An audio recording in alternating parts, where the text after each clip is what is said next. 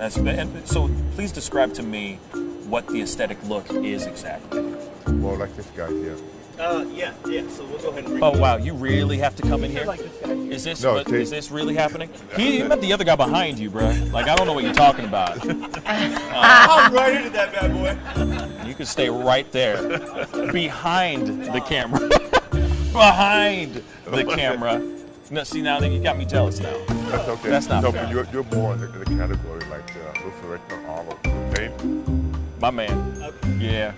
Arnold Ferrigno. Huh? Okay.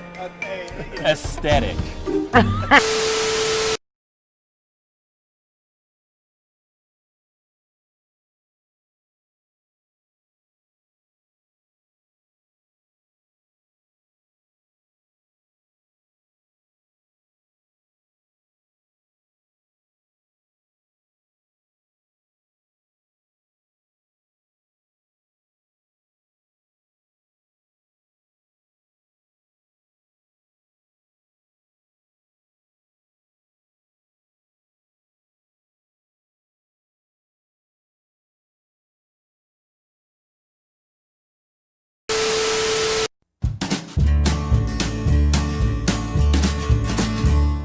That's great, partner.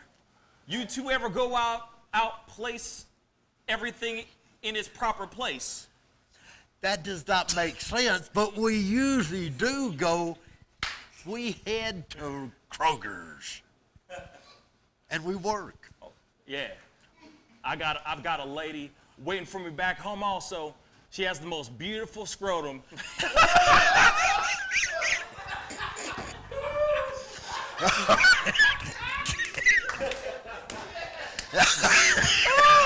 Oh, God. And when she sings, she sounds just like a puppy dog.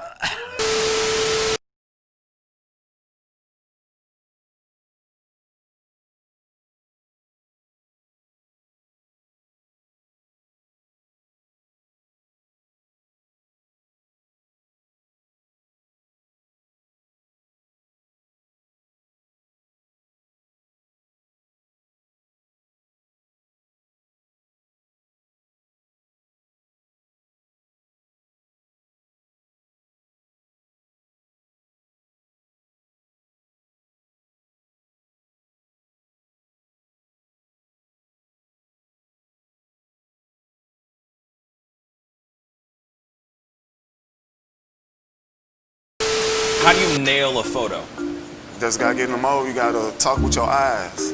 Talk with your eyes. Talk with your eyes. You Okay, gotta so have the eyes can you show me a little bit of something, like to this camera? I would love to know how to do this. I just want to know. Well, How I do you do it? mean, Teach the me smile, something. You can get the sexy eyes. Then you gotta get the smile going on some shoes, but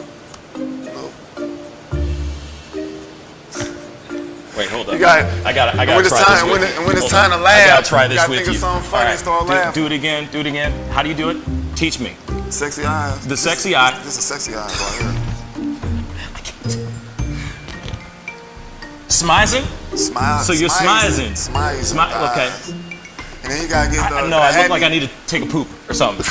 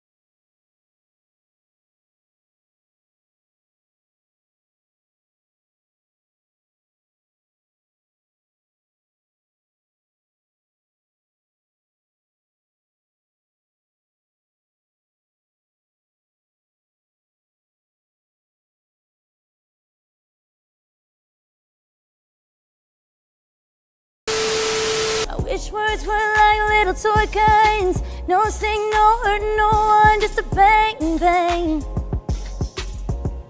Right? Is that it? Yeah, it's something like that. Just a bang, Toy bang, guns. rolling off your tongue. Toy guns. It's no smoke, no Bang, bang. bullets. Water guns. All right.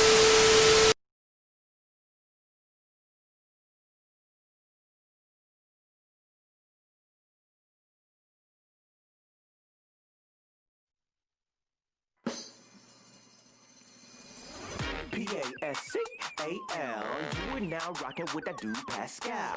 We be going wild, Haitian in the building, so original. Got the haters catching feelings. Get your hands up to the ceiling and keep them held high. Cause St. Louis isn't ready. Forget about it, goodbye. Hold up, we just saying hi. Five somebody rise up. Weekdays, catch us live. Somebody, let's go. Good evening, everybody, and welcome to the Pascal Show. What is up, everybody? I hope you guys are doing well out there. And let me adjust this real quick. Just a tiny bit. Just a little bit. Oh, man. I hope you guys are doing well. Hope you guys are having a good, fantastic, and terrific end of your Tuesday. I don't know about you, but mine has been very active. Very active. But I can't complain. I'm happy to be here. I am happy to be here. Man, there's a lot of things that we're going to talk about. I kind of have a little bit of a short show today. You know, only got about an hour or so to go through some things with you. But hey, here it is. You know, good evening, James. Good evening, Tanu Vane. Thank you, Tanu Vane. Appreciate you guys. I appreciate you guys coming in and being on the show. It really does mean a lot. I know that there's a lot to talk about and a lot to discuss. There's a few things that are going on. Like there was a shooting, there was a man that was shot over a protest, or shot at a protest over a statue in New Mexico, which was definitely interesting. What's funny to me is that I always expect to hear a story like this happening, and it never does happen except for right now. But I think it's just weird that there is a protest over a statue and somebody gets shot over the removal of a statue. It's so crazy, man.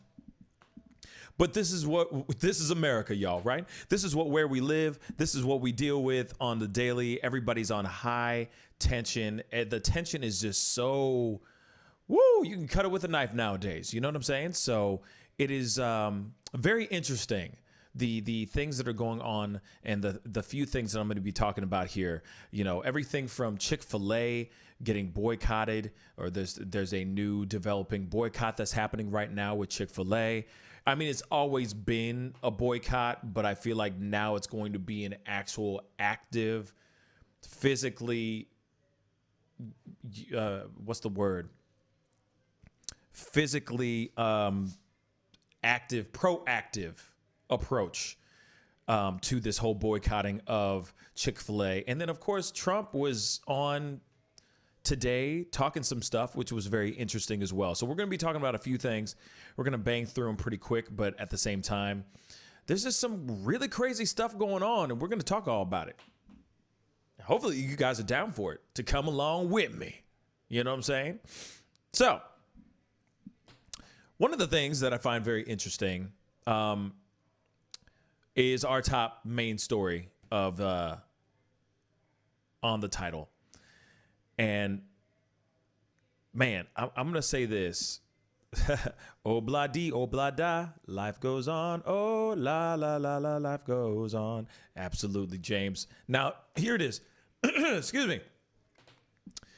Now, from my understanding, a man was shot when a self-described militia called the New Mexico Civil Guard tried to stop protesters from pulling down a conquistador statue in Albuquerque. So, Albuquerque, New Mexico, a shooting happened because some protesters were trying to take down a statue. I got a little bit of a video on it. we're going to talk about this, and we're going to watch this for the first time together. And away we go. Roll that beautiful bean footage. And Chuck, we want to show you an alarming scene out of New Mexico last night when members of a militia group clashed with protesters who were trying to pull down a statue in Albuquerque. That's when a protester ended up getting shot. Now, this happened while just feet away, demonstrators were attempting to tear down a statue of a Spanish conquistador. 4 shots were fired. The man injured in the shooting is in critical but stable condition. Now, a few minutes earlier, reporter Megan Abundis of NBC affiliate KOB4 captured this scuffle between protesters and members of an armed self-described militia, the New Mexico Civil Guard, who attempted to stop the protesters from attaching a chain to the statue. Notice the man in the blue shirt up top and the brown scarf. Abundis later obtained this video of the shooting itself, and while it's unclear to NBC News what happened immediately beforehand, this footage shows the suspected gunman being struck with a skateboard and then being pursued by protesters for about 30 seconds before the shots are fired. After the shooting and before police were able to get there, the armed members of the New Mexico Civil Guard formed a ring, a cordon around the suspect. It is unclear whether he himself has any links to the civilian militia, but when police did arrive, the members of the militia were being seen arrested alongside the suspect. Stephen Ray Baca has now been charged with aggravated battery and the use of a firearm. New Mexico is an open carry state. And Chuck, this is what makes a lot of these intense moments so hard for police, is that when you have an open carry state, it's hard to keep tensions down. And just frankly, it's hard to police the situation when a lot of people in the crowd are carrying guns. We saw this a lot in 2016 when there were clashes outside of Trump rallies, and in places like New Mexico and other states with open carry laws, it did feel like it was, to excuse the cliche, it could be a tinderbox. Hey there. Okay, so wow. Honestly, I hadn't seen the whole thing. I had only seen the very beginning of it. I hadn't seen the whole thing, so that was very, very interesting. Just seeing that firsthand. Tano Vane. I don't know why they would ever corner someone, but here's the thing: if I'm correct, the man who they were, the man that they were attacking and pushing away, the man that was in the blue shirt and the brown scarf, he was not armed. He did not have a weapon with him.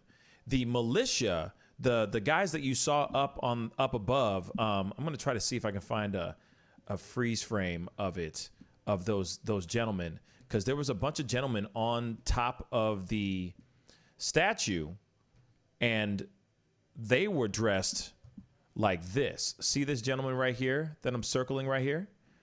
That gentleman was part of the militia. This man right here is the one that I guess they were protecting. They ran and stood around this guy. This guy and a couple other guys, probably him in the fatigue here, I don't know. But they were all going and surrounding around this dude, protecting him. So whoever shot somebody must have been one of the guys, because this guy he's rocking an AR-15. Hold on, let me put this on mute. See, he's got an AR-15 or something. He's got a gun right there. See, so this guy right here, as you can see, he's trying to push people off. He's trying to get them away. See, they're trying to shove him back, like, you know what I mean?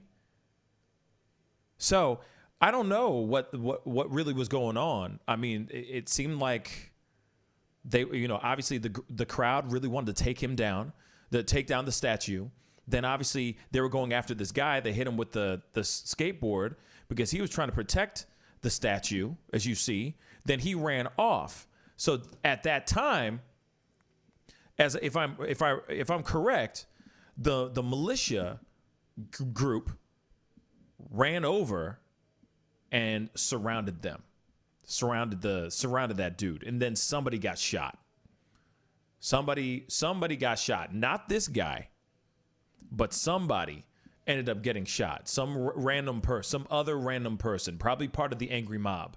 And yeah, so I mean, I don't know anything more than that. All I know is that information. But apparently,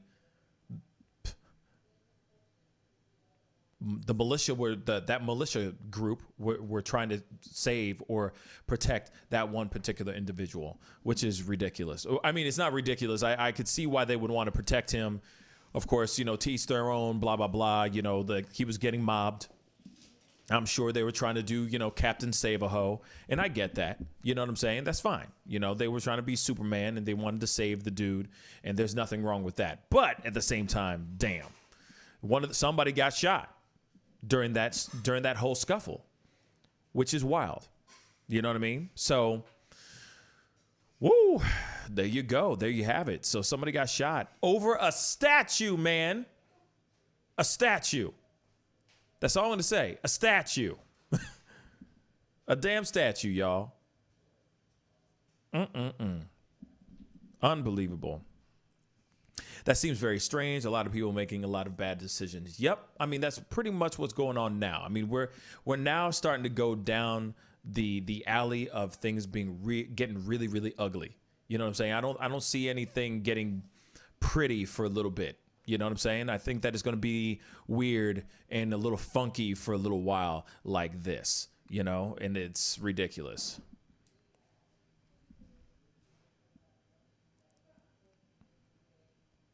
Yeah. So, and Jim, what's up, Jim? How you doing? Thank you so much for tuning in on Facebook. I will get to your comment here very, very shortly. Obviously, there's a lot of things that we're talking about here, and yours has to do with the things that I'm talking about a little bit later. But I am going to read your comment here in a little while for sure.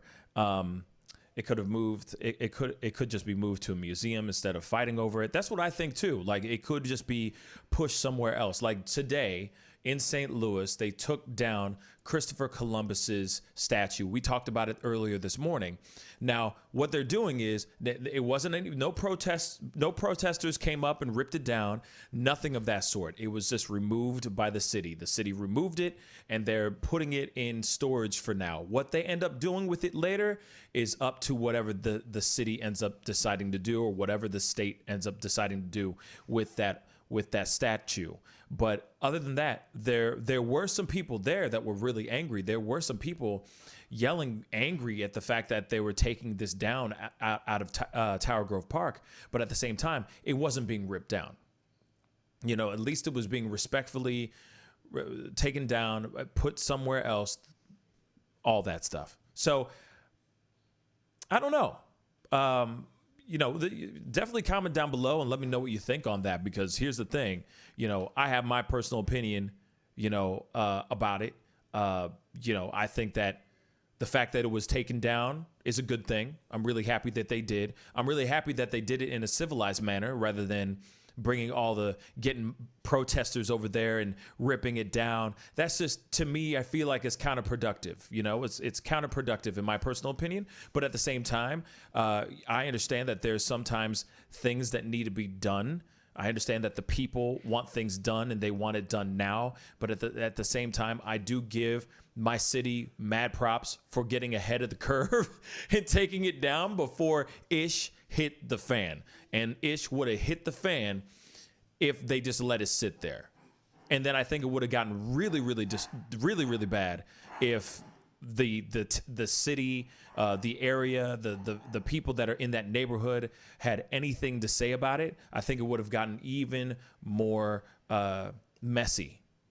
So I think the fact that they went and took it down is a good thing. Now, when you see stuff like this, like what I'm going to show you here right now, again, when you see stuff like this, when you see them, like when the city or state does not get on top of it, you start seeing stuff like this. You start seeing people going crazy, getting upset, and they're just looking at something to destroy. They're looking at something to rip apart. And I understand their anger. Not saying anything about their anger, not saying anything about what they're trying to accomplish, but at the same time, sometimes the state, or the city, the government officials need to look into it and realize, all right, you know what? Maybe we need to jump ahead of time and get these things down before this kind of stuff happens. Because here, I'll tell you what. I'll tell you straight up and down. I'll keep it straight funky with y'all. That would have been really, really, really bad if that happened in St. Louis. If they didn't take down the Christopher Columbus statue when they did, that would have been the same thing, if not worse. Trust and believe. It would have been bad. Trust and believe. So, and the thing is then some man wouldn't have to get shot over a statue. So, crazy. Just absolutely crazy. Anyway, yes. So when they were removing it here in St. Louis, people were getting mad as hell. There were people out there screaming, saying, you're taking down something that we've had. This is part of history. You're ruining history. Nah. But at the same time, it's like, that Christopher Columbus, for example, represented so many terrible things. He was a tyrant. Who would want that to see every single day if that person represented something that evil and that wrong? Damn right you're going to take that thing down. That's what I think. They have old Spanish forts as museums here, which is where they moved all the conquistadors to. Yeah. I mean, and that's what I keep thinking. Like, if they were to put that into like a history museum, see, history museums, safe. Why? Because it's part of history. You see what I'm saying? When you got it out in the middle of the street and is out in public and all that, people are going to feel some type of way. Why? Because it's in their face every single day. You have to make a choice to just stumble into a history museum. You feel me? So you might go in there and go see some sort of, some sort of artifact that was part of the Confederacy. Okay, fine.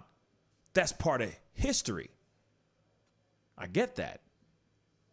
But it's not in my face every single time I drive down to go get a cup of coffee or go grab some McDonald's or something. I don't have to drive by and see something that's a reminder of the terrible things that have happened in the past. So hopefully they'll figure out a way to take that down where people can be happy and all that. He was shot because he was attacking Steve Baca.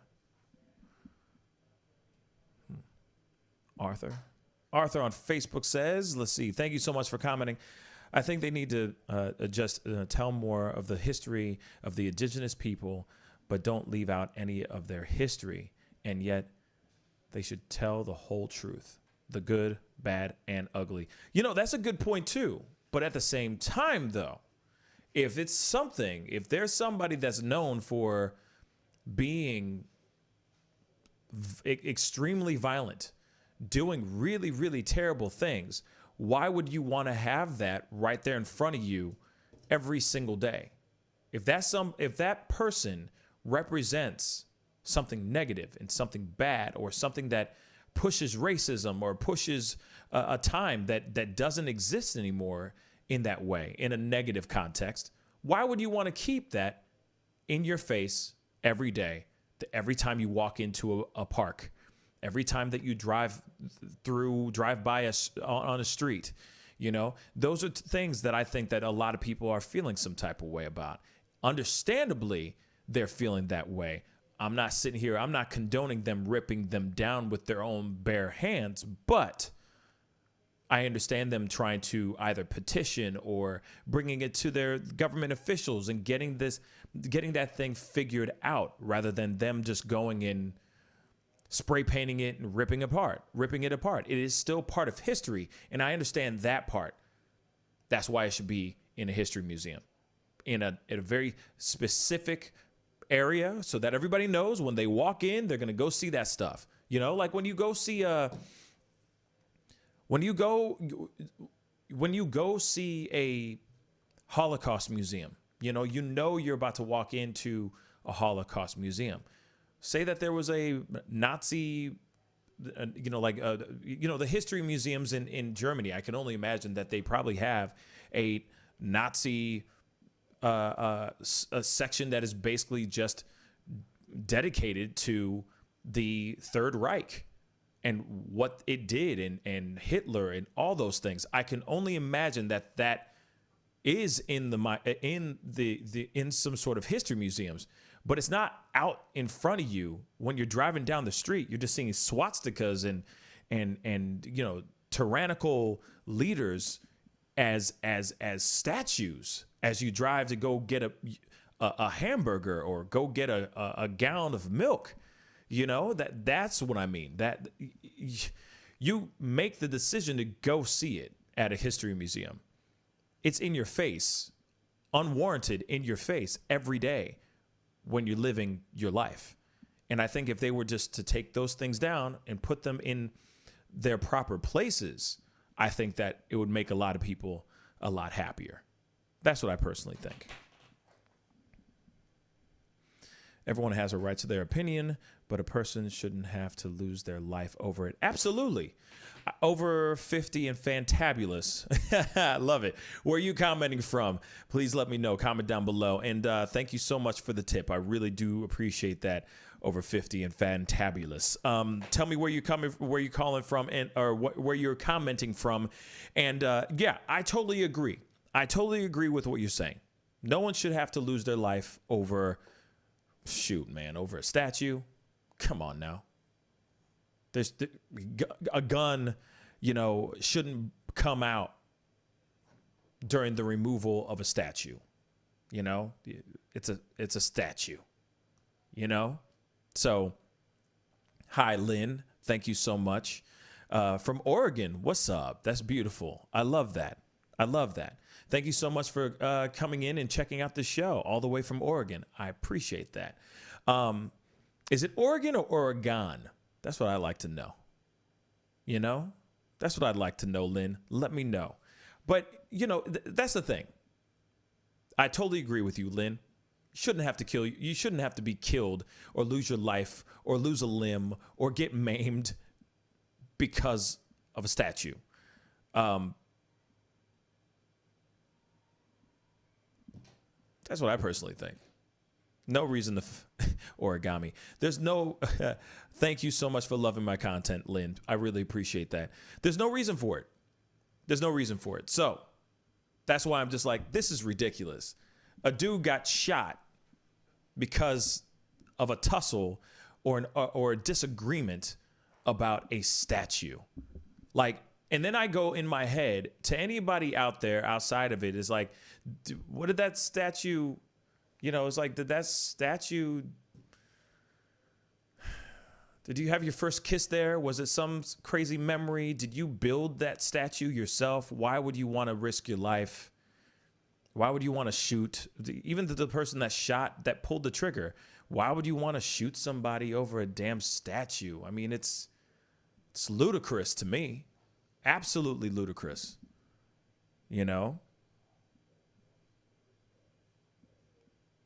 That's just ridiculous. Anyway, moving on into the next conversation, because that's just something I found very interesting. A man getting shot over a protest over a statue. A statue. Oh, man. And I hope that guy has a speedy recovery. This is some other information that's kind of sad news.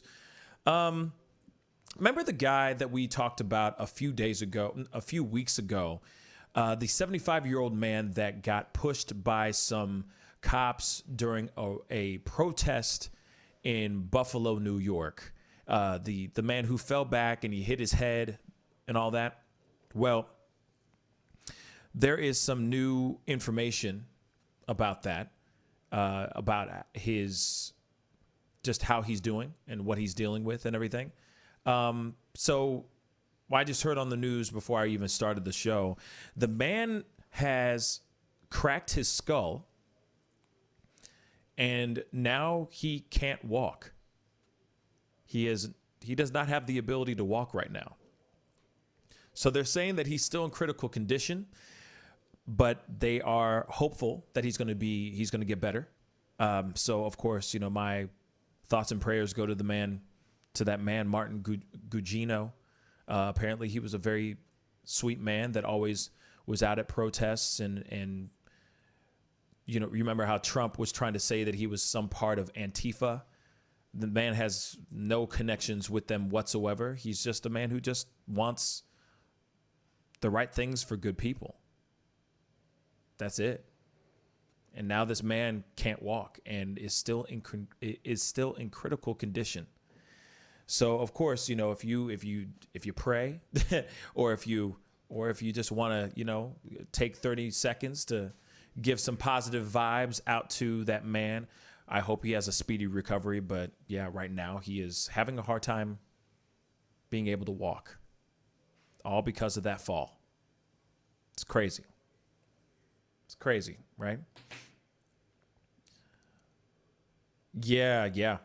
Trump was talking about some lie. He was trying to push some things, saying, "Oh, he was part of Antifa. He was trying to jam their signals, or he was trying to like clone their signal, or something like that." And all for the agenda of Antifa and all this anarchy, whatever BS that Trump was tweeting.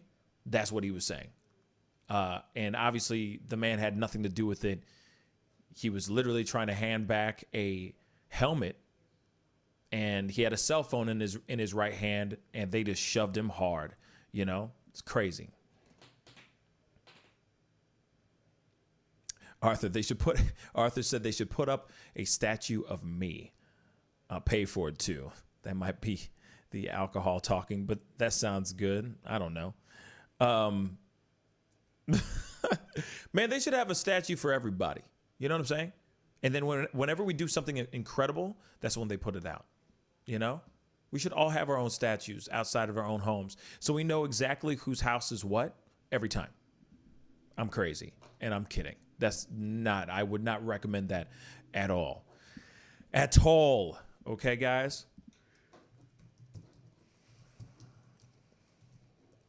So, we're going to go on into some more of this stuff because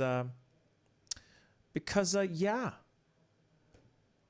I also found this very interesting as well. Where is it? Oh, no. Wow. Okay, so this is breaking news as well. Oh, no. Okay, y'all know Aunt Jemima, right? Y'all know the syrup. Aunt Jemima. And if you don't know who Aunt Jemima, I'm just going to pull it up. Wow. I'm sorry. This is nuts. What?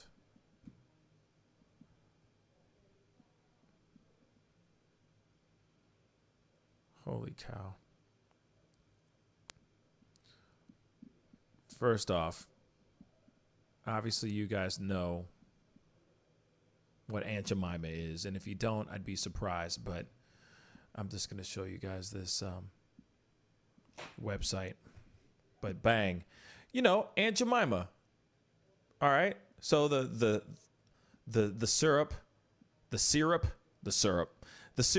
the pancake mix, the cornmeal, the grits, everything. All right? It's a full-on business, for crying out loud. Full on, right? So I'm just looking at this now. I literally was just looking for my piece that I was going to talk about Chick-fil-A. And now they are talking about, holy cow. They are now talking about boycotting Aunt Jemima. Aunt Jemima is about to get boycotted. Sorry, I'm looking at all kinds of tweets and people like responding to this, and memes and little GIFs or GIFs or whatever you want to call them. People are sitting there saying, they're talking about getting rid of Aunt Jemima altogether. I'm I'm going to pull this up because this is a TikTok video. Apparently, I think this is something that's getting popular, or yeah, it's going viral right now. Damn. All right, we're going to look at this, y'all. This is, wow. Here we go. How to make a non-racist breakfast. Here we go. Baby, you hungry? Let me fix you some breakfast. Aunt Jemima? Did you know the name Aunt Jemima means slave mammy of the plantation south? Did you know the founder, Chris Rutt, a white man, got the name after attending a minstrel show? Think blackface. Did you also know he hired former slave Nancy Green to be his very own Aunt Jemima, where she went around cooking pancakes and telling people stories of the good old South? And afterwards, they could take home a box of Aunt Jemima and that feeling of having their very own mammy. Not today. Black Lives Matter, people. Even over breakfast.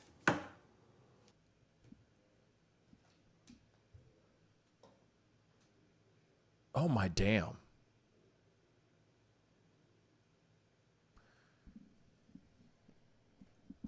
Okay. I just learned something new. Damn, those pancakes are delicious, though. Damn. Oh, man. Oh. Okay, well, that's good information to know. I didn't even know that. I don't think a lot of people knew this. I don't think a lot of people knew about that, man. Damn.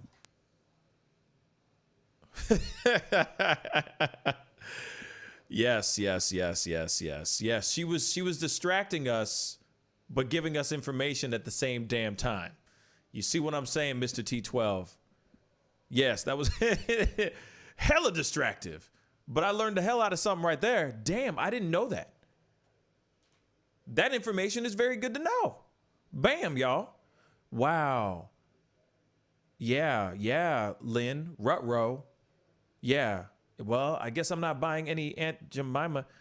Oh my God. Do I have Aunt Jemima in my I have Aunt Jemima. Oh damn.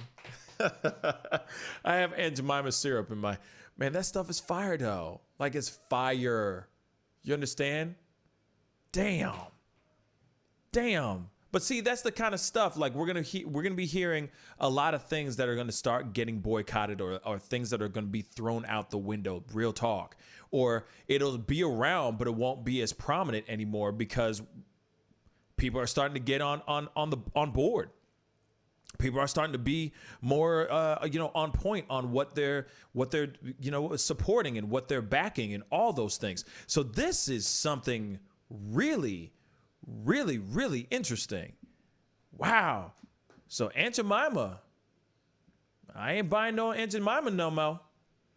That's facts. Damn, that stuff's delicious though. Oh. Lynn, I'm thinking a lot of companies are going to rethink their slogans and brand names. Absolutely. Do you guys remember, does anybody remember Taco Bell's, the little Chihuahua? They had a little Chihuahua for a really long time. I forgot the name of the Chihuahua, but the Chihuahua had like a heavy Mexican accent, the whole nine. But there was something that he did. There was a commercial that he did, and I think it was the one commercial that destroyed them. That literally, like, they stopped using Taco Bell, right? And it was a commercial where he was in a car, like they were just trying to get to Taco Bell, right? And homeboy, the Chihuahua, I forgot the name of the Chihuahua. Yeah, yo quiero Taco Bell. Yeah. Yo quiero Taco Bell. Okay, so you guys remember this. But there was one commercial, and it was literally the last commercial I ever saw of the dog ever again. And I think it was something that he said that really angered a lot of people. So they pull up in this car, and he's in this car, and they're pulling up to like a drive-through. And he says, and I quote, "Does this boat go any faster?" Verbatim. And this was around the same time that there were Haitians trying to, raft to Miami, from Haiti to Miami, there were a lot of refugees that were trying to basically swim to cross the border, right? You got a Chihuahua who's got a heavy Mexican accent, basically saying literally, does this boat go any faster? And as soon as that commercial ran for a little while, but as soon as that happened, they got done with that. They got done with it real quick. And then they never used the dog again. Right after that, the dog was gone. Notice that they have really not done anything, let's just say, ethnic since then with Taco Bell. Everything's like, get your fourth meal and all this stuff. But you don't see anybody of ethnicity that represents anything. Latino, Latina, of Latin descent, period. You don't see any of that anymore. Interesting, right? They completely whitewashed the hell out of that. And Mr. T12, I'm really upset, man, because Uncle Ben's is fire. So then it would be like no more. Well, it depends on what the story is behind Uncle Ben's, bruh. Like, real talk. It depends on. Don't take my Uncle Ben's, man. Come on, man. Come on, man. But it depends on what the story behind Uncle Ben's is. You feel me? Because I understand that even KFC was stolen. The original recipe was stolen from a black woman. A white man went to the South, found like the most delicious fried chicken he's ever had. He stole that recipe from a black woman, and he turned it, Colonel, whatever his name is, I forgot his name now, took the recipe and he multiplied that ish and turned it into KFC, or turned it into Kentucky Fried Chicken. But notice they don't even call Kentucky Fried Chicken anymore. Why? Because that stuff is not really chicken no more. It's all altered, genetically steroid pumped, fake ass chicken. That's why I don't go to KFC. That's why I don't go to KFC. Shoot. That's if it was the last place on earth. You know what I'm saying? But that's some fake synthetic crap. I do not recommend KFC. Trust. Terrible. And V-Ness, no. KFC, it's not that surprised. I'm not that surprised. Hell no. Once I heard about that, I was like, deuces. Except their mac and cheese, at least it used to be. Their mac and cheese used to be fire, though. It used to be so damn good. I would eat that stuff all day long. Like mac and cheese is kryptonite to me. All right. If you got great mac and cheese, I will always go back, but not anymore. KFC is no more. I have not touched KFC in a very long time. Popeyes is dope, but you know, I have my reservations about Popeyes now as well. And now we can go into this. And now Chick-fil-A is in the middle of being boycotted. Why, you ask, why? Why would they be saying, why would they be boycotting Chick-fil-A? Well, I said. The reason why they're getting boycotted is because this is something that came up just recently, which I'm going to show you guys right now so you guys can watch it, look at this with me. All right. Here it is. After promising not to, Chick-fil-A donates another $1.8 million to anti-LGBTQ groups. Chick-fil-A has a long history of opposing LGBTQ rights, giving millions to anti-gay groups, which has led to protests, boycotts, and even new franchises from being opened. Last month, officials said that they would stop donating to these causes and instead focus on education, homelessness, and hunger. But apparently they went back on their promise and are now going back, spending that monies on anti-LGBT LGBTQ groups. So now there is a full-on thing going on now where people are seriously going, we gave them as many chances as we can. We are now officially not doing any Chick-fil-A for good. So I'm upset because Chick-fil-A is fire. I'm upset because Chick-fil-A is fire. But at the same time, I will not be going to a Chick-fil-A anytime soon. And that's hard facts.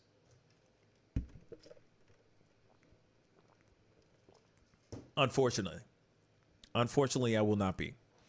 But I know that people are hella pressed about this whole boycotting Chick-fil-A because everybody loves it. It's really, really good. And Popeyes is a big pain in the ass when it comes to even just going and getting a chicken sandwich. You know that the chicken sandwich thing has been around for so long, right? And I still have yet, to this day, had a chicken sandwich from Popeyes. Real talk. I haven't touched it. Why? Because every single time that I get over there, they out of the chicken sandwiches. How are you out of chicken sandwiches? And then every single time I go to a Popeyes, I've given up on Popeyes, y'all. You'll go into Popeyes and then suddenly they say, oh, yeah, we have this, but we don't have legs. Or we don't have any dark meat. Or we don't have any, like literally it's something every single time. Or they'll go, oh, we're not taking any cash, we're only taking credit. Or we're not even taking credit, we're only taking cash. It's like, what? Every single time. Every single Popeyes I've ever gone to has been like that. Then on top of that, there's always a line of cars stretched and wrapped around the entire damn building because everybody's still trying to get the damn chicken sandwiches. Then for a good while, they ran out of chicken sandwiches. They said, oh, we didn't expect it to be such high volume and be in such demand. So we have to hold it, we have to put it on pause for a little while. We need at least 2 or 3 months so that we can accumulate more stuff so we can make more chicken patties. How hard is it to make chicken patties? I'm just curious. Inquiring minds would like to know. So then finally, they go, hey, we got chicken patties. They back. Chicken sandwiches back, yo. Come on, open sesame. And then everyone whoop, drives up. They run out again. It's like, damn. You serious? Bruh. Drove all the way out of my way to go get this particular sandwich. And I can't even get this sandwich. Now, Chick-fil-A has always been on fire. Has always been fire. They're always so nice. You know, they're handing you the bag like, oh, have a great day. Go with God. You know what I'm saying? Little Christ in there for you. But no, not anymore. Shoot. I can't do it.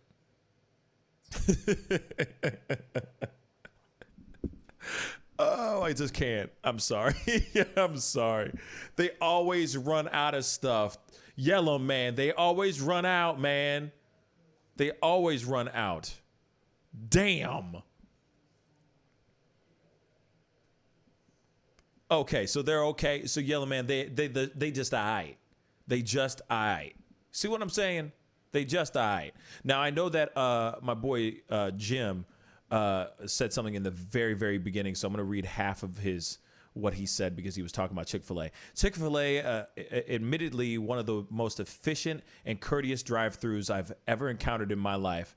If only all drive-thru were as efficient. I totally, 110% agree. Because here's the thing.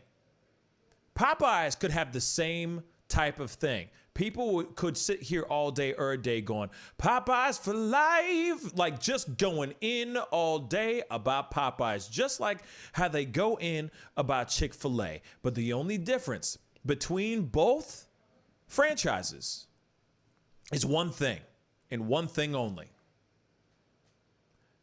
Their service. If their service was just like theirs, was like they watched it like just like a hawk, you know, just have one person that's OCD as a mug and said, hey, y'all gonna get this right. And every time somebody leaves here, this place is gonna be They're going to leave with a pristine looking bag. The order's always going to be right. Not half of the bag is soaking in grease. Stuff like that. Simple things like that. It's going to have everything you need in it, and you're always going to give them service with a smile. And I guarantee you, Popeyes would be light years. I mean, it's obviously doing, it is obviously making its own money. It's doing its own thing, but think about it, yo. Think about it. If they actually said that, shoot, if that's any drive-through fast food joint, if McDonald's really actually cared, if their employees actually cared about what they were doing for their customers, man, people will always have a smile on their face. But the thing is that, you know, we've all been ingrained with the crack, the McDonald's crack. Those fries, though, you know for a fact, you smell those fries, and you're like, oh my God, this sounds something. No one has fries like McDonald's. In fact, it seems like everybody goes and gets the burgers just because the fries are fire. The burgers aren't nothing over there. The burgers are terrible. Terrible. Worst stuff in the world. Terrible. But those fries, though, here it is. Chick-fil-A's fries, they're not that great. They cool. They all right. But if they had McDonald's fries in Chick-fil-A, bruh, with the service, mix it up, shoot, that place would be, there would be a civil war right now about people sitting there saying, oh, we gotta boycott what? Trust and believe. You know for a fact, ahora tengo hambre. Yes. Sorry, I'm like translating it in my head. Yes. Evening, Queen Empress. Arthur, the Boca Burger chicken patties do it for me, but I can put whatever I want on it. That's very, very true. That's that frozen stuff that you can get from Schnucks or from like the grocery store. Yeah, them fire too. They're fire too. But you know, man, they just need a big ass chicken truck. Man, yeah. So they can't run out. Absolutely. If there's such a high demand on it, you make sure that you got a gang of that ish. That's it. You make sure you get a gang of that ish and call it a day. Just call it a day. But nobody's listening to me. Nobody's listening to me, bruh. Nobody. You know what I mean? It's fine. It's fine. I'm not a franchisee, you know, or franchisor or a franchisee. You know, it's fine.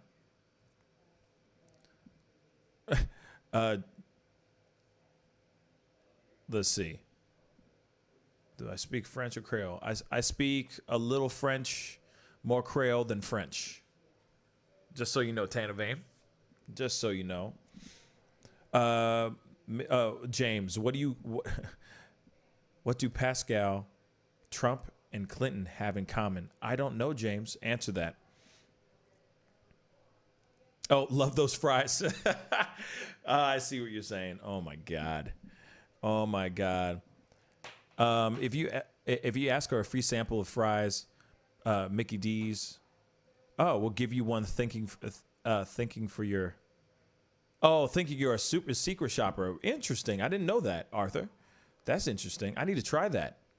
I really do need to try that. That'd be dope. My drive-through experience. 1, Burger King Whopper with cheese. 2, McDonald's fries. 3, Wendy's chicken nuggets. And 4, Chick-fil-A lemonade. Ooh, the lemonade's good over there at Chick-fil-A. Real talk. I'll give you that too. Literally, it's just the sandwich. It's their spicy chicken sandwich. Their spicy, crispy chicken sandwich that's just fire to me. You know, their mac and cheese is aight. It's aight. I've had better. And yeah, that's really it. It's just the sandwich. The fries is just because every time I eat the sandwich, I'm just still hungry. And I just want more, you know? So that's just me. That's just me. But at the same time, the damn thing is being boycotted. And so that's what's so terrible about the situation. But it's fine. I'd rather boycott in solidarity because I don't believe in that. I don't believe in donating to an anti-LGBTQ group. You know, I got plenty of friends and got plenty of people that I love and respect that are part of that community. And I want to, you know, I'm going to be behind them 110%, like they would be behind me about Black Lives Matter, you know? And we all need to be standing against this stuff together. And if Chick-fil-A falls down, Popeyes better be on point. They better just steal a handbook from Chick-fil-A and make sure that they got that place on point, man. That's it. Thing that Clinton and Trump have both used the MAGA slogan. Really? Clinton used the MAGA slogan? Interesting. I didn't know that. Enemy Nation. I didn't know that. That's okay. Sure. So anyway, so that's something interesting. I didn't know Aunt Jemima was also being boycotted, but I understand now. But yeah, I keep thinking about any other companies that actually, somebody just said earlier, I saw in passing, the Land O'Lakes thing, you know, like Land O'Lakes butter. I could see that being boycotted. Anything that has a person of color as the slogan that is owned by white people will most likely be something that is getting destroyed. You know? Interesting. About the yeah, Enemy Nation, I have not looked at anything on YouTube in literally like since Friday. I've literally been just playing catch up. So yeah, I have not seen any of your videos since Friday, to be honest. So no offense, it's just been a busy couple days. And if you guys didn't know, I had out of nowhere over the weekend, I was surprised by a surprise birthday party for me, and that pretty much took my whole weekend, literally. So I've been doing everything I can to do some sort of catch up. Like usually I do a show. That's funny. I'm sorry, Enemy. I'm sorry, man. I know you're playing. But yeah. But yeah, I've been playing catch up since then. So, but I will definitely be checking out some more of your videos for sure, Enemy. I promise you that. Let's see, what else is there? One more thing that I found kind of interesting and I found kind of suspect at the same time, just to be completely straight funky with y'all. This whole thing about Trump. So real quick, Queen, my birthday is not until next Wednesday, but my friends and family, they wanted to not have me expect anything, so they did it this past weekend. And that surprised the heck out of me. It was pretty cool. Excuse me. Yeah, it was pretty cool. It was a lovely thing. Had a lot of friends and family come and be a part of it, and it was yeah, Queen. Yeah, it was hella smart. They got me bad. They got me really good. Real talk. They got me really, really good. Oh, shoot. Today's Tupac's birthday? Really? Oh, snap. Yeah. So, yeah, next Wednesday is officially my birthday. So, you know, I will be doing something for my birthday. I will be doing something for the show, for the morning show for sure. You know, I probably won't do a night show because it's my birthday, and I'll probably want to, you know, I'll probably go and have dinner, that kind of thing. That's the plan. That's the plan, at least, or at least that's what I think is the plan. I don't know what's going on, real talk, but I'm excited about next week, birthday times. Hold up. Tupac's birthday, huh? Yeah. You are right. You are absolutely right. He would have been 49 years old today. You're absolutely right, guys. Dang. Yeah, happy birthday, Tupac. Damn. Apparently he's still alive. I'm totally kidding. Him dead. May he rest in peace. What up, Mega Man? What's up, Mang?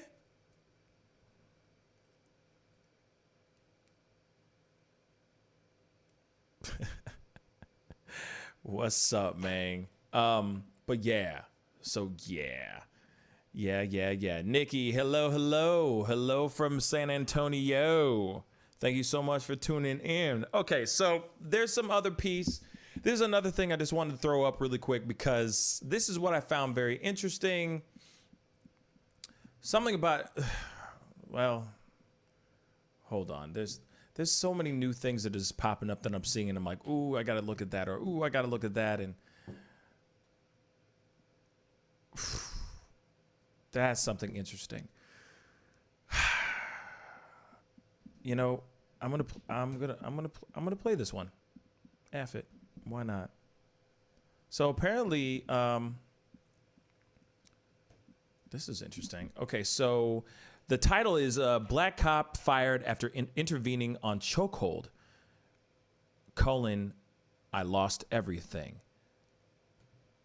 So, Now, you obviously know that Trump has been signed a bill in regards to police reform. He signed a new police reform bill where one of the new pieces in this bill was the cops are not allowed to do any chokeholds unless their lives are in danger.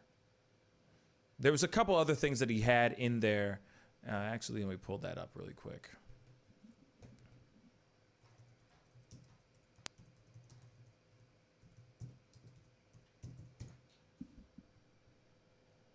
Hold on. Now, I find this very interesting because you realize that we have talked about this multiple times. We've had arguments on here. We've had disagreements. We've had agreements, the whole nine. Mega Man, my birthday is next Wednesday. Next Wednesday is my birthday, brother. Now he is so the thing is what I found very funny is for a while we all thought he didn't care.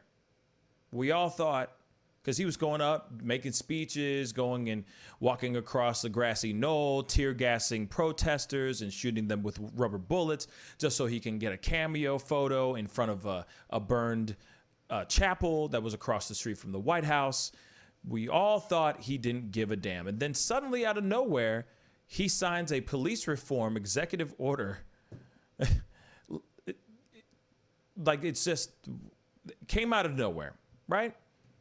So I want to talk about that because yes, concrete steps on Tuesday to address the growing national outcry over police brutality, even as he offered a staunch defense of law enforcement that left little question about his allegiances. Yes, see what I'm saying? Everybody was sitting there going, I'm wondering what he's all about. Why is he sitting here? It doesn't seem like he's with us. It doesn't seem like he's for us. And then all of a sudden, he pops out of nowhere and he goes, I'm signing this new thing, executive order action right now. What? So, it was a performance that laid bare the balance Trump faces as he continues to embrace a hard-line law and order mantle, which he believes benefits him politically, even as he confronts a national reckoning over systematic racism in police departments and outcry over violent police tactics. So he says reducing crime and raising standards are not opposite goals. They are not mutually exclusive. They work together. They all work together.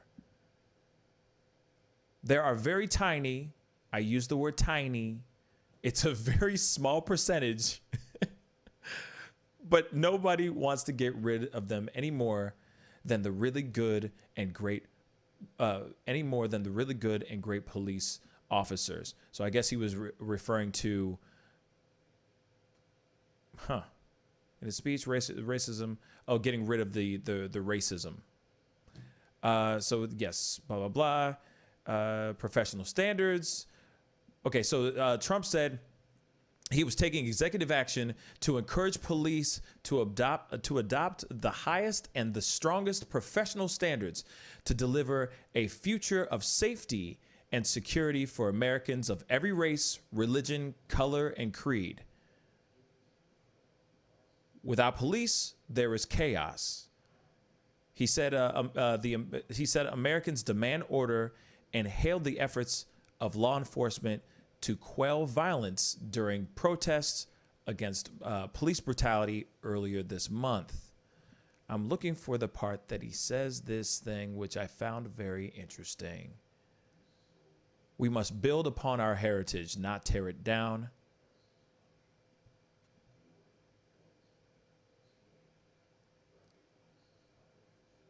Where the hell is it? There it is. There it is. Trump said in his speech that under his executive order, chokeholds will be banned. This is, he said, and I quote, chokeholds will be banned except when an officer's life is at risk. I find that interesting. I find that very, very interesting. Because who's to say when that officer is in trouble? When is his life at risk? I mean, that's what the gun is there for, in a way, too. They only should pull it out and fire if their life is at risk. So why would they suddenly pull their gun out? See what I'm saying? So why would he say chokeholds will be banned except when a police officer's life is at risk? That's a little weird to me. I find that a little weird. It's very interesting because he's still kind of saying, okay, we're banning chokeholds, but you can still use chokeholds. And I mean, here it is. I'm not knocking it. It's a step in this whole reform, this police reform bill that he's doing right now is a step in the right direction. Is it enough? We don't know. But at the same time,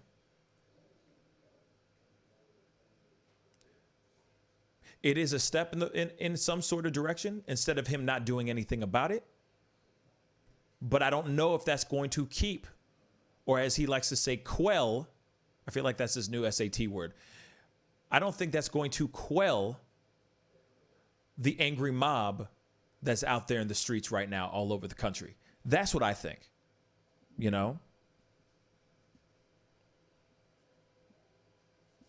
Yes.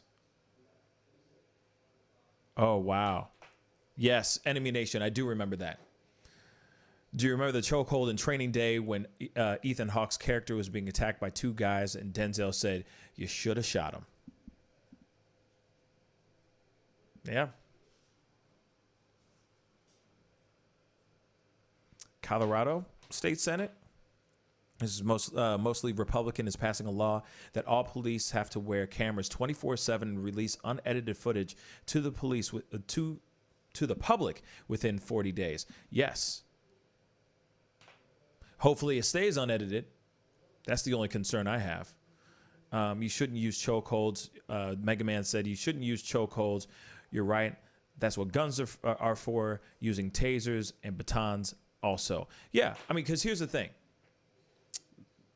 Because when he sits there and says, and then there's got to be something in there. I would only assume that there's got to be some sort of rules within and regulations or guidelines in which when you can use such chokehold or not. Because imagine a baton being hit on somebody's head. If he can't use a hold, like say he can't do a rear naked chokehold, right? What else is he going to do? He's going to use his taser. He's going to use his baton. And then he's going to use his gun.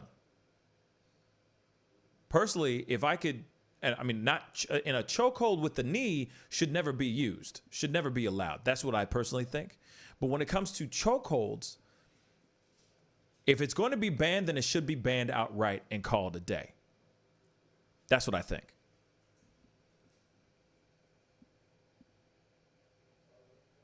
That's what I think. I mean, I don't know. You know, Tanner Vane, you're right. Hitting people in the head doesn't always knock them out. It kills them a lot, too. Absolutely. Last time I checked, a blunt force trauma to the head could kill a mother lover. Last time I checked. You know what I'm saying? Last time I checked. So yeah. I mean, definitely comment down below and let me know what you think about this, because that's something I just don't fully... I mean, I get what he's trying to do. You know, I see that he's making an attempt at something. I'm not giving him the full benefit of the doubt. You feel me? Like, he was acting one way for a while, and then now he's coming out with this reform bill. And that's fine. He doesn't have to show us what he's doing behind closed doors every single day, all day. But when he presents himself a certain way and then he comes back with a reform bill, it's like, well, why would you stir the pot so much? Why would you be such a S-deer, you know, little ish disturber, you know what I'm saying? Stirring that pot and mixing it up like that when you're just doing the right thing, or at least trying to make some right things happen behind closed doors. That's just my own personal opinion about that. That's just how I feel about it. It just seems is kind of two-faced sometimes, man. It just drives me nuts.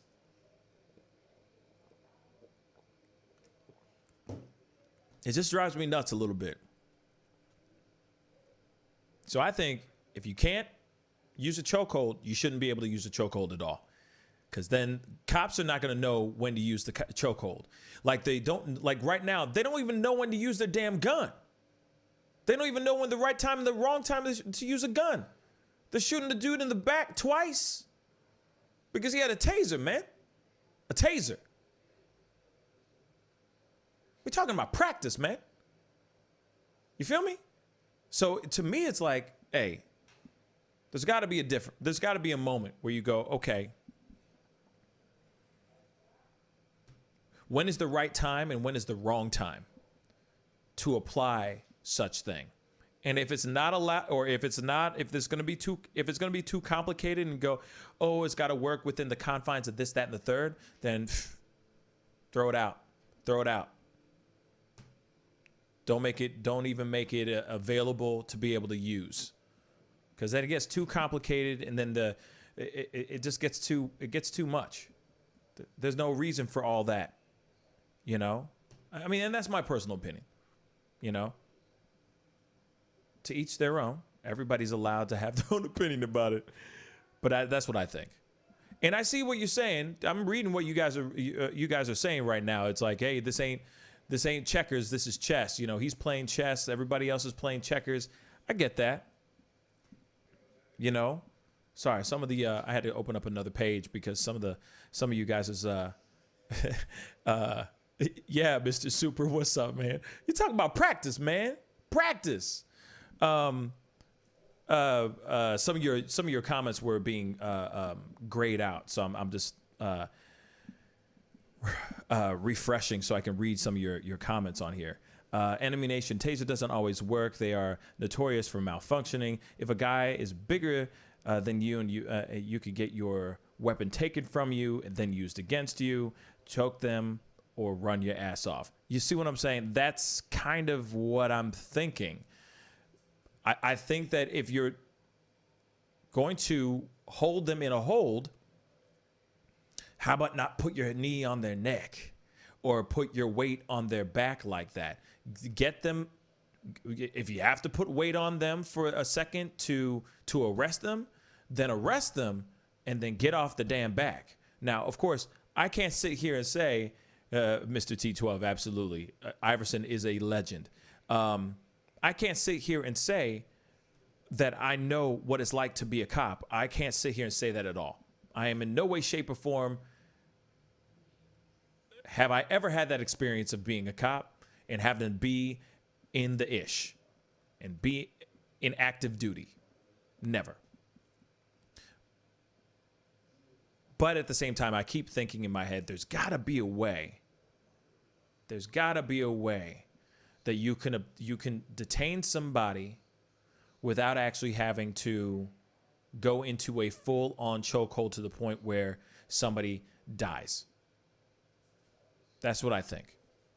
Eventually, the person who doesn't want to, like I said, I can't speak for every human being. I can't. But I would think that they would sit there and go, well, I don't want to die. But at the same time, there's a lot of people out there that are very, very violent and freak out and react in very violent ways.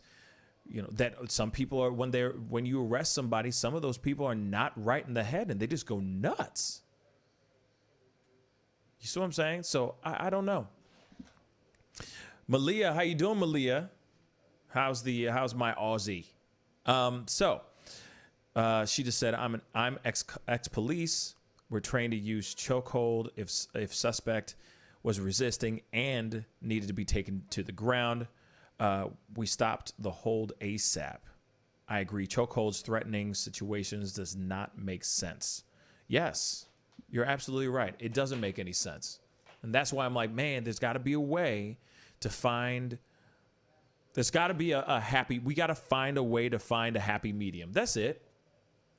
There's no reason to be turning it into something. I don't want it to be so damn complicated. You know what I'm saying? It doesn't have to be so damn complicated. So it's either you do the chokehold, you allow chokeholds, or you don't. And that's the other thing. And James, you just said what you're saying, exactly what I was about to say. Training in chokeholds. If there was proper training for every single cop, if there was proper training for all these people, these cadets, these police hopefuls, these cop hopefuls, these officer hopefuls, maybe we wouldn't even have this conversation right now. Maybe. Plain and simple. You know what I'm saying? At least that's what I feel. That's what I think. Out of, if there's proper training, because not everybody walks in there ready to go. Not everybody who wants to become a cop has fight training, has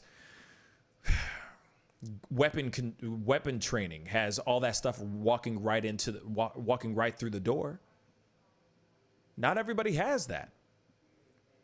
And I do understand that mistakes do happen, accidents do happen, but I think then there's got to be a good amount of training, knowing how long to hold, and then letting go.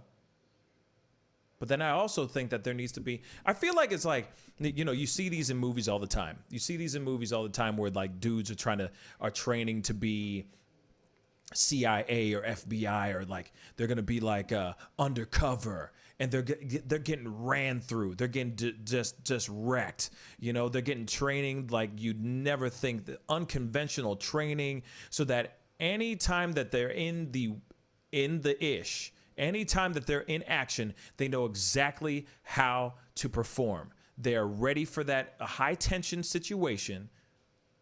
They're used to that anxiety. They're used to that adrenaline running through their veins, so that when it comes to actual real life, it's nothing.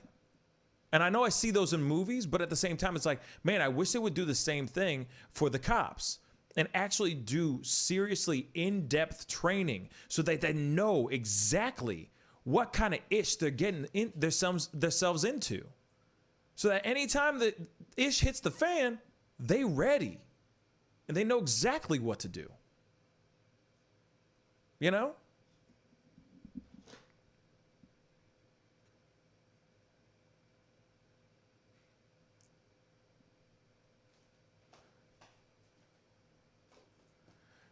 Let's see.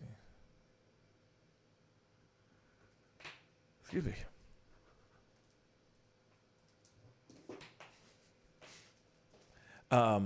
But these are, okay, so, but what these so-called bad apples are, are not abiding by training guidelines. Floyd G. Murdered, choked him for 8 minutes. Absolutely. See now, but that's the thing. That's when you start bringing in psych evals. That's when you start making sure that people are being, that you're mentally prepared for these things. If they're consistently going in and consistently having to go and be psych evaled or having psych evaluation, I think that would help a lot too. Because if he's sitting there and he's just got a chip on his shoulder and it slowly builds over time, that chip on his shoulder, who's to say they're not going to catch that during psych eval, during a monthly check, a routine monthly checkup, just to make sure he's not losing his damn mind. Like I said, this takes me back to what's that movie?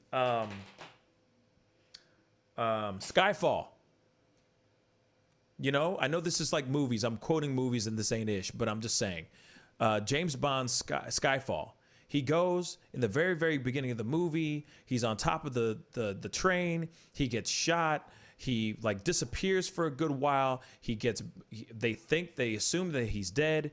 After a little bit of time, he pops out of nowhere. He's back with M. She goes, well, we're going to have to get you back to training. You're going to have to pass through the test again to make sure you are available to be field operative. He goes through a psych eval. He goes through a physical, a PT test. He goes through, he goes and does some target practicing to make sure he can still handle a weapon. All that stuff. He does all of that stuff just to go back to being active duty as 007. Now, I'm not sitting here saying that we have to be 007 up in this piece, unless please give me an Aston Martin. I'm totally down for that. But outside of that, why can't we be doing the same thing? Why can't we be doing, hey guys, we're putting you through this psych eval.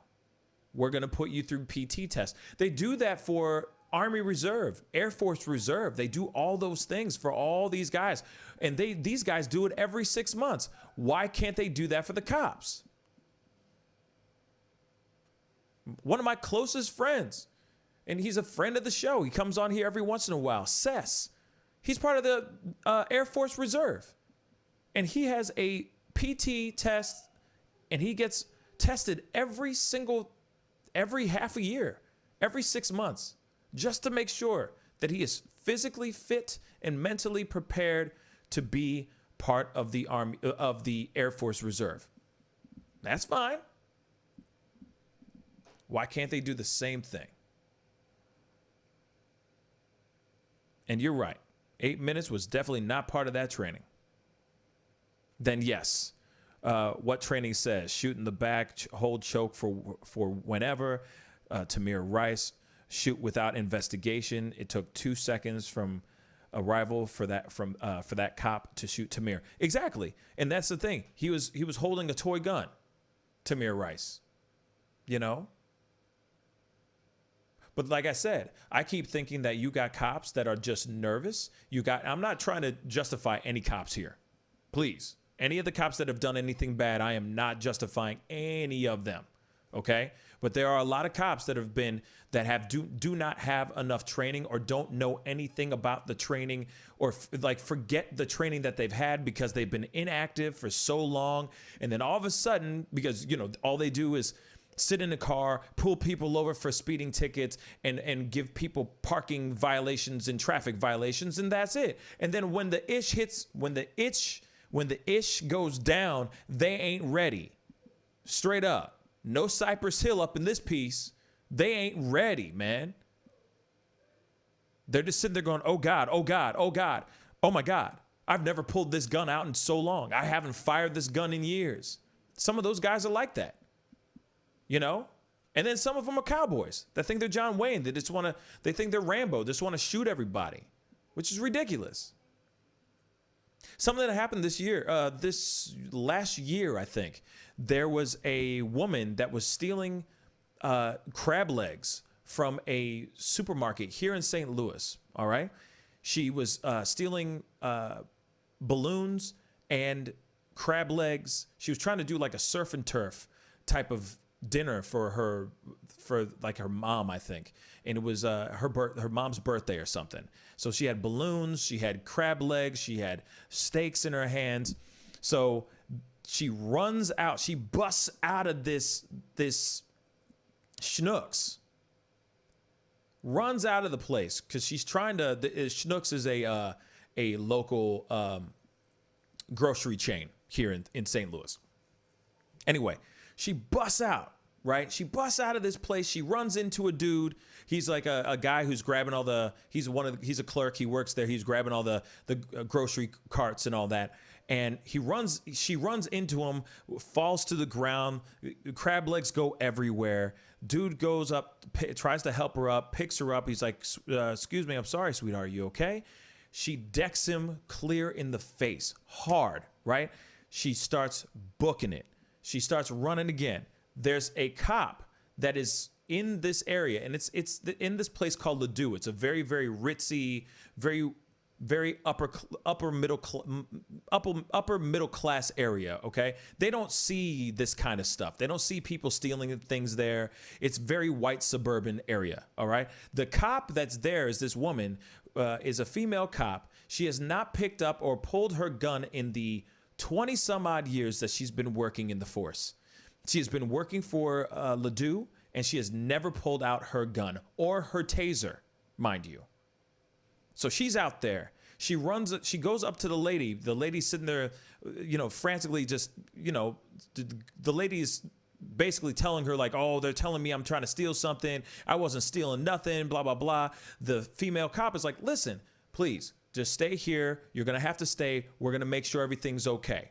We're going to make sure everything's okay. Remember, female cop ain't touched nothing in a very, very long time. The girl who's trying to steal something obviously shows that she's very agitated and tries to make a break for it. She runs. Now the female cop is an overweight. She's a little heavy set, and obviously she hasn't run in a long time. So she starts running after this woman and is saying, "What? Excuse me, miss. If you gotta, just stop. Woman's not saying anything. She's screaming, cursing at her, trying to run. The female cop goes, if you do not stop, I will tase you. She pulls out and she goes, taser. That's what you're supposed to say before you fire your taser, right? She pulls the trigger and the lady goes down. So she runs up to the lady, and the lady's going, man, why the hell did you shoot me for? The female cop goes, I didn't shoot you. What are you talking about? I tased you. She looks down, looks at her hand, and in her hand is the pistol. She looks over to down to the girl on the ground, the robber on the ground. She rolls her over. She's got a gunshot wound on her side. She's never touched her taser or her gun. She has not fired it in a gun range or fired that taser ever since the day she became a cop.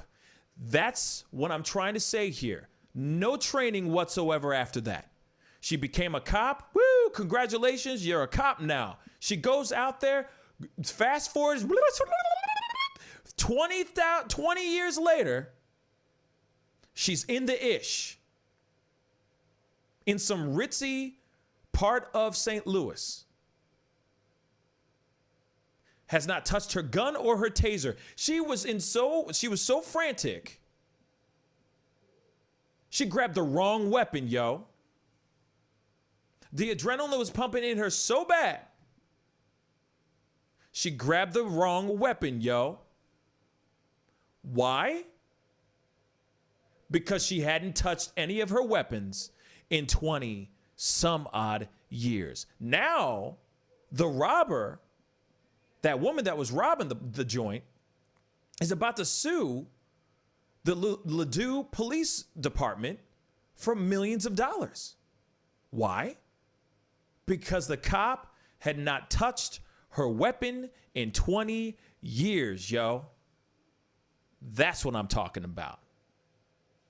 Training. Consistent, unashamed training. All day, every day.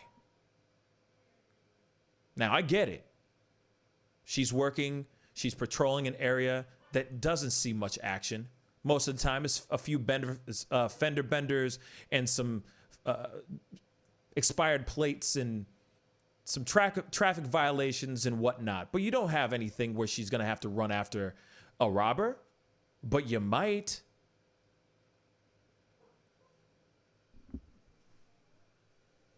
It's crazy. Absolutely crazy. Now, and that's the thing. And that's something that really did happen last summer, if I'm correct. Last spring or summer. That's what happened.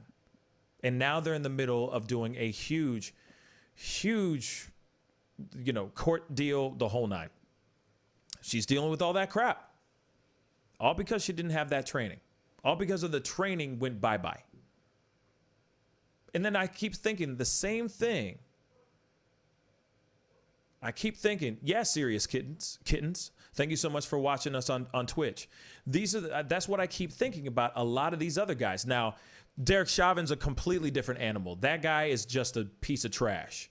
And he was getting off on having that power on that guy. But other than that, everybody else, I feel like a lot of times it's just a matter of training or lack thereof. Not being refreshed. Like, it's like, wouldn't you want to know that you're like a paramedic or EMT is consistently reminding themselves how to do CPR?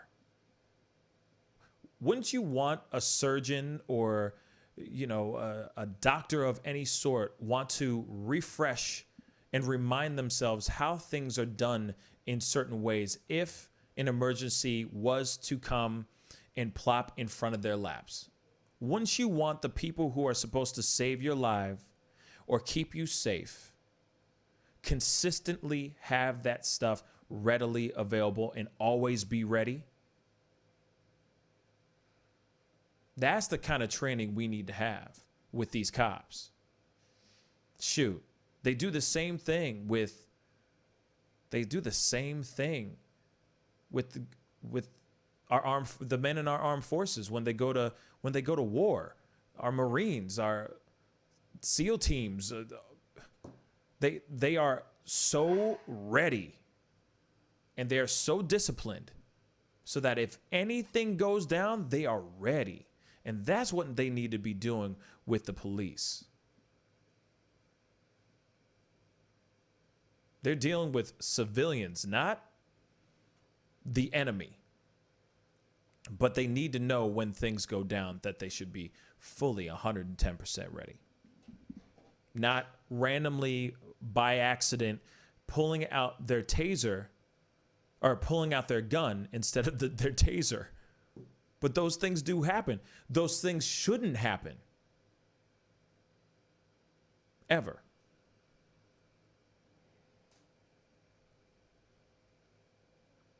Tano Vane. Also, one thing that's mandatory is a unique law to restrict the police, not give them more power, like the Uniform Code of Military Justice, which is federally binding. See, and that's interesting. Like, yeah, if we were able to do that and have more control over it, I think it would be a different story. For sure.